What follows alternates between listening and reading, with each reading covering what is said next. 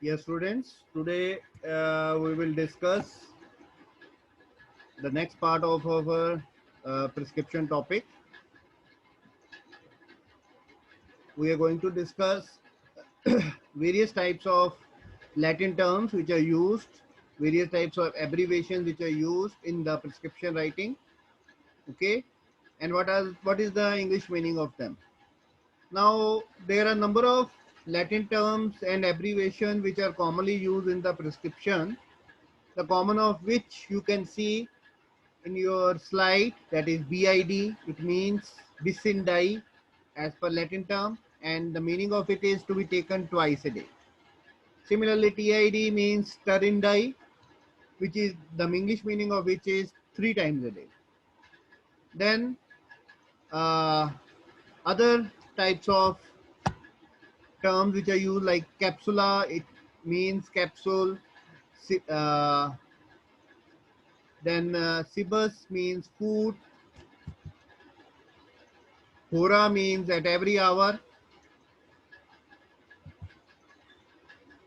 Hora Somni, which is generally abbreviated as HS, especially for the drugs which are to be which are inducing sleep, be like anti-allergic drugs, levocetirizine or montelukast. They are given once a day and generally at the bedtime. So for them, it is written there as HS. It literally meaning is that the drug is to be taken at bedtime. So these are the various types of Latin terms which you need to understand, you need to remember. Okay, they are not most commonly nowadays English terms are used, but still in practice, you if you see various prescriptions, there are certain abbreviations and Latin terms which are continuously used. So being a pharmacist, you must know these Latin terms and common abbreviations. What is the English meaning of them?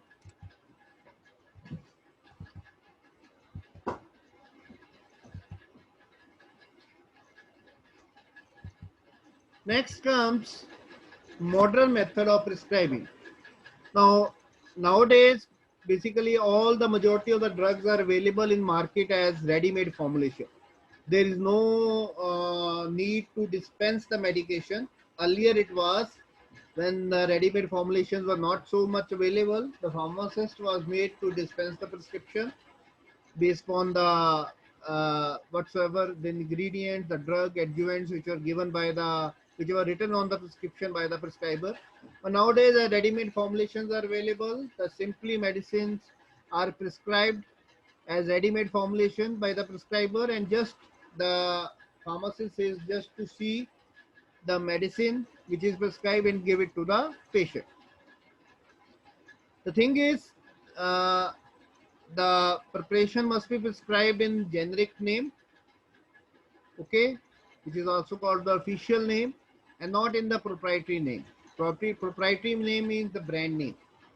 For example, common one is Crocin. Crocin is a brand name, a proprietary name. Okay, it should the prescription should not be written that there should not be written Crocin. Uh, Instead of it, the prescriber must write paracetamol, which is a generic name. Now, there are advantages of prescribing the prescription by proprietary name, which is not legal as per the new recommendation by Medical Council of India. Advantages was it is easier to remember proprietary name because they are very catchy. For example, Crocin. Crocin is also advertised with this brand name. Therefore, it would be easy, or it's very easy to remember such names. It is also easy to communicate with the patient because patients are also knowing about that drug, the brand name of the drug. The continuity of prescribing the same proprietary term can be maintained. If the same patient visit again and again, the same proprietary name medicine he can take. And also the bioavailability, which means the rate and extent of drug absorption. It may change with the change in the adjuvants. which are used by different manufacturer of the same drug. So if you are using the proprietary name, the bioavailability would be same for a given formulation. So it is also advantageous. Though prescribing with the proprietary name is not allowed, but still there are some physicians, they are prescribing it with proprietary name. So being a pharmacist must ask the prescriber to prescribe it with the generic name. Then comes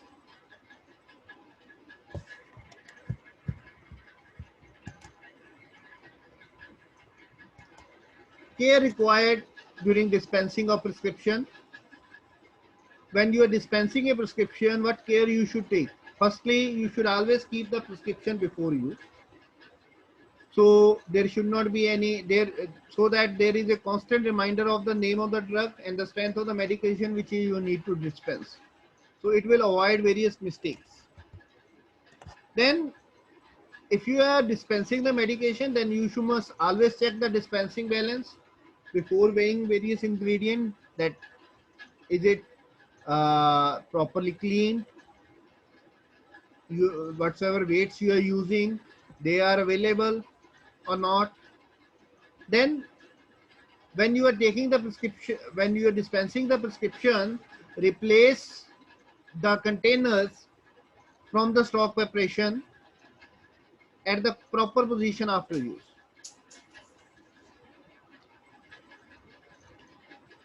Then keep the label in the upper position when you are weighing the solid ingredients, especially potent drugs like morphine.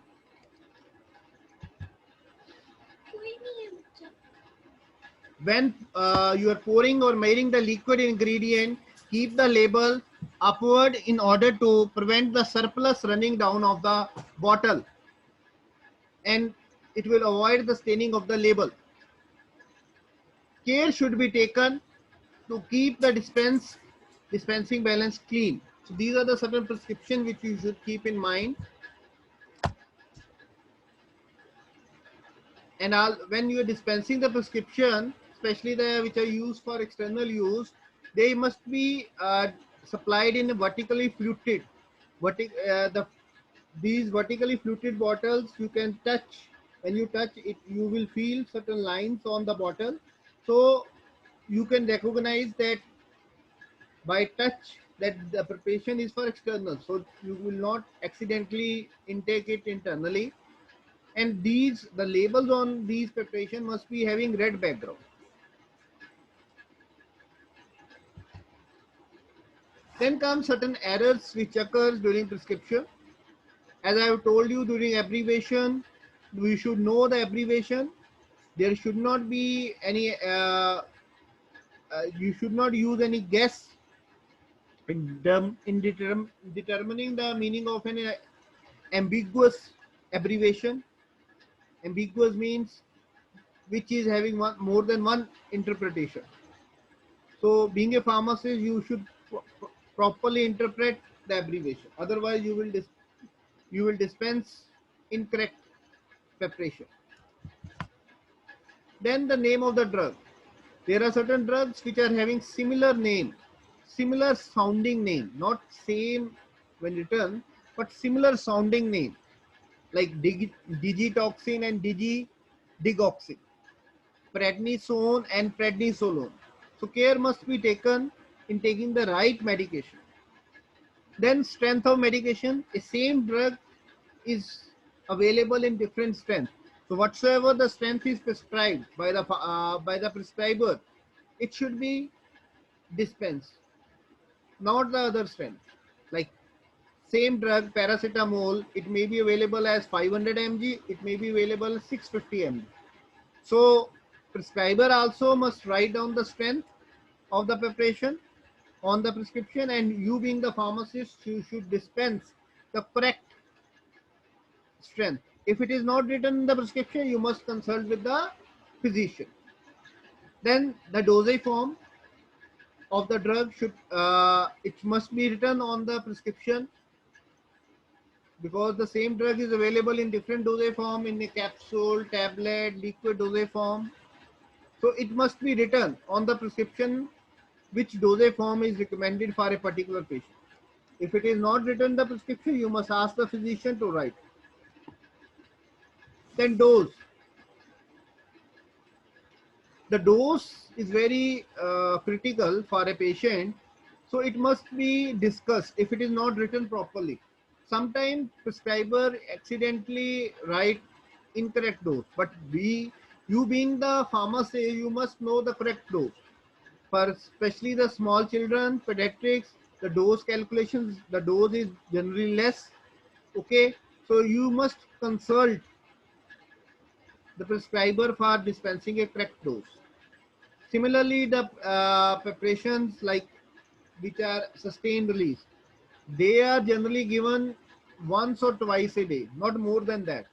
If it is given written in the prescription that it is SR tablet is to be given 4 times a day, then you must ask the physician, because generally they are given for once or twice a day. These tablets are meant to release the drug slowly for a long period of time.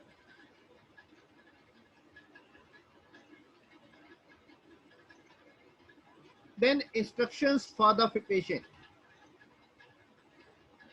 The instructions must be properly given in the prescription, the quantity of drug to be taken, the frequency, timing of administration, and route of administration. It must be stated on the prescription, and it must be told by the pharmacist to the patient. Then at the last, the pharmacist must inquire about the incompatibilities. There are chances that the two drugs, two formulations which are given, they might interact with each other, which could affect the health of the patient. So you being the pharmacist, you must know what type of incompatibility might occur when two or more than two formulations are given together. Okay, and you should ask the uh, prescriber not to prescribe these medications together. Some of the drugs are also some of the preparations like antibiotics are also there which interact with the meals, the food which you take. You must ask the prescriber to dispense it properly. It is, if it is interacting with the meal, it should be given 2 hours after meal. It should be properly stated in the prescription. Thank you, student. This is all for today.